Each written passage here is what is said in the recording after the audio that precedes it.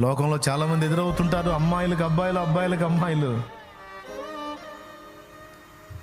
లోకంలో ఉన్న వాళ్ళందరికంటే నువ్వు స్పెషలా, ఎందుకు చూడవు నాకెళ్ళి అని అమ్మాయి అబ్బాయిని అడిగితే, నువ్వు మగాడివి కాదా, నీకే ఫీలింగ్స్ లేవా, కావనుకుంటా, ఎందుకు మరి అట్లా పోతున్నావు అని ముఖం మీద అవమానకరంగా మాట్లాడితే, అవును నేను నపుంసకుణ్ణే, నేను అనుకున్నది సాధించేంత వరకు నేను ఎటు చూడదలుచుకోలేదు, ఏ బంధకాల్లో చిక్కుకోదలుచుకోలేదు. ఎందుకు తెలుసా? మా నాన్న కష్టం నాకు తెలుసు, నన్ను ప్రేమించినాకై ప్రాణం పెట్టిన నా యేసయ్య ప్రేమ నాకు తెలుసు.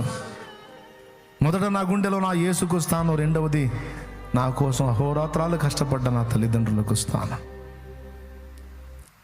వాళ్ళకి జరగాల్సిన న్యాయం నేను జరిగించిన నాడు అప్పుడు నా లైఫ్ గురించి నేను ఆలోచిస్తా.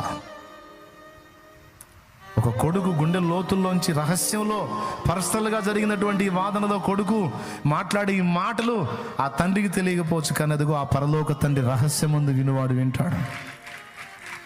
ఆ సన్నివేశం ఆయన చూస్తాడు, దూతలు చూస్తారు, శబ్బాష్ రా బేటా అంటాడు. అక్కడ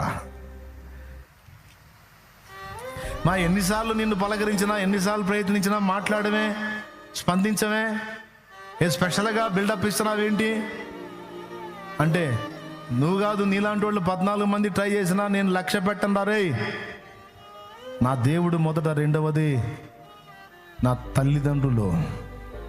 మా నాన్న ఎన్ని బాధలు పడ్డాడో నాకు తెలుసు, ఎన్ని నిద్రలేని రాత్రులు గడిపాడో నాకు తెలుసు. ఒక్క మాట నన్ను అనకుండా నాకు కావాల్సిన డబ్బులు సమకూర్చడానికి, నా వస్త్రానికి, నా పుస్తకానికి, నా ఫీజుకి, నా తిండికి, నన్ను ఎక్కడ ఎవరికంటే తక్కువగా కనపడకుండా నన్ను హుందాగా ఉన్నతంగా చూపించడానికి చినిగిపోయినా కట్టుకొని తిరిగిన మా నాన్న కష్టం నాకు తెలుసు.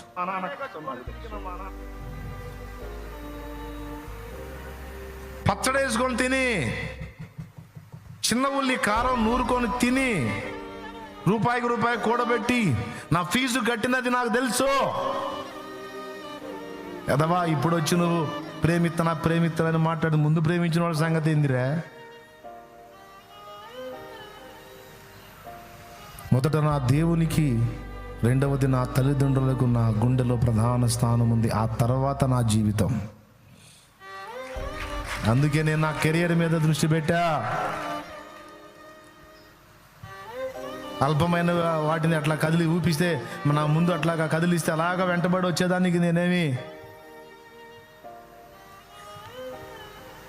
ఆలోచన లేని దాన్ని కాదు, ఆలోచన లేనివాడిని కాదురా పిచ్చోడబా. నా దేవుడు, తర్వాత నా తల్లిదండ్రులు అని ఒక ఆడపిల్ల మాట్లాడుతుంటే అక్కడ వింటాడు. ఈ రహస్య సంభాషణ రహస్యం ముందు చూస్తున్న దేవుడు వింటాడు, దేవుడు చూస్తాడు. ఇలాంటి గుండెల కోసం కదా ఆయన ప్రాణం పెట్టింది, ఇలాంటి గుండెల కోసం కదా ఆయన రక్తం కార్చింది. నిజమే, వీళ్ళు పనికిమాలినోళ్ళు, పాపిష్టులు, బలహీనులు, బతుకంతా వంకరలే అనుకున్నాం, కానీ ఈ వంకర టెంకర బ్రతుకులలో కూడా మన లైఫ్లో మనం పొందలేని అనుభవాలు, స్పందనలు ఉన్నాయంటే ఇది ఆశ్చర్యమే అని మళ్ళా దూతలంతా ఆయన వైపు తిరిగి, దేవా నువ్వు ఆశ్చర్యకరుడు అయ్యా అనక తప్పదు.